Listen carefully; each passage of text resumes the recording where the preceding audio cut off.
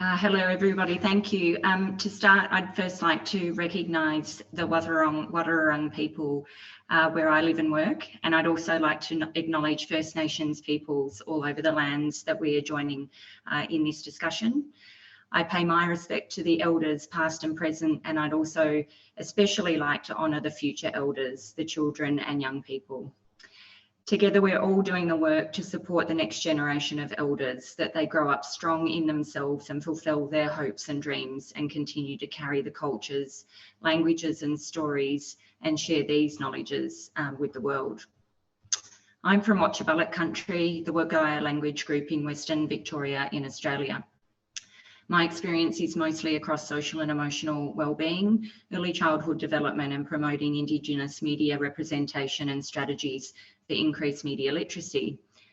I came to AIME as I so very much believe in the role of the mentor and education as a social determinant of health. At AIME, we inspire young people to flip their own script, to change the narrative they have inherited through social constructs.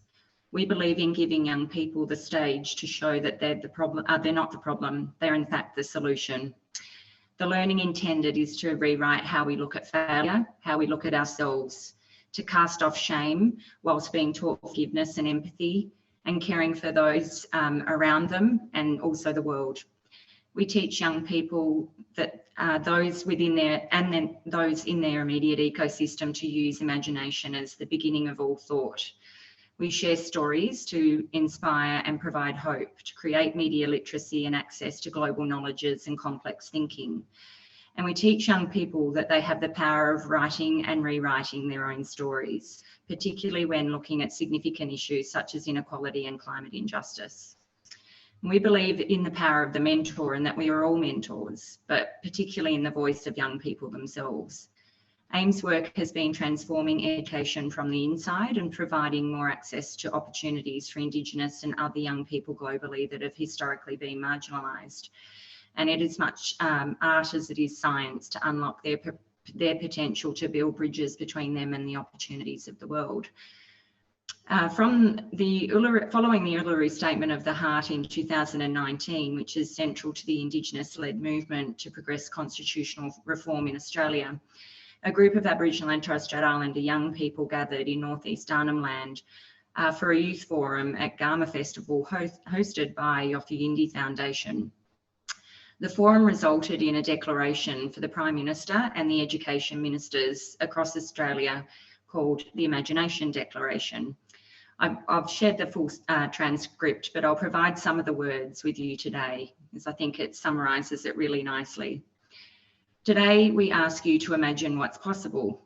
The future of this country lies in all of our hands. We do not want to inherit a world that is in pain. We do not want to stare down huge inequality, feeling powerless to our fate.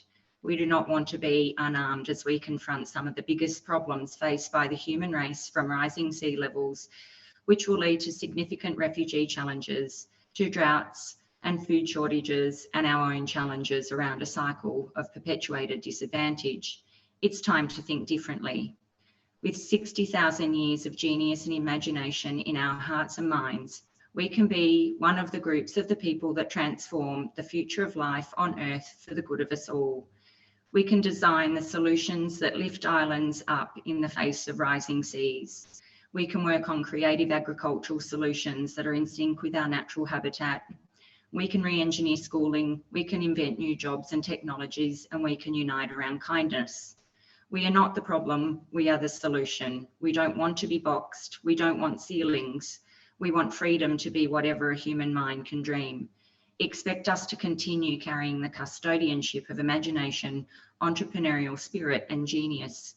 We urge you to give us the freedom to write a new story. We want to show the world Aboriginal genius. We want to show the nation Aboriginal leadership and imagination.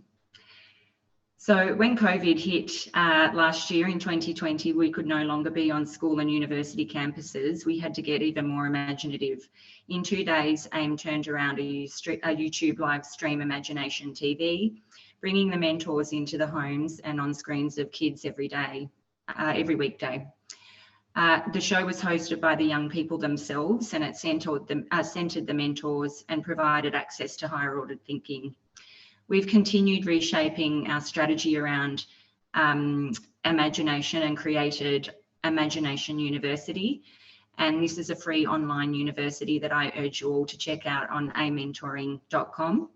The students of imagination, the young people and those within their ecosystem will be the scholars of the following areas: of mentoring, the highest order of being, of flipping the script, writing a new narrative for kids being left behind, of building bridges, forging complex, unlikely alliances between people across all backgrounds and other divides, of hoodie economics, where kindness is a currency of exchange, and is where you see our very popular hoodie that is worn amongst the young people, of organising change, changing the world by changing the way it works. And I'll leave you with some words of our founder, Jack Manning Bancroft,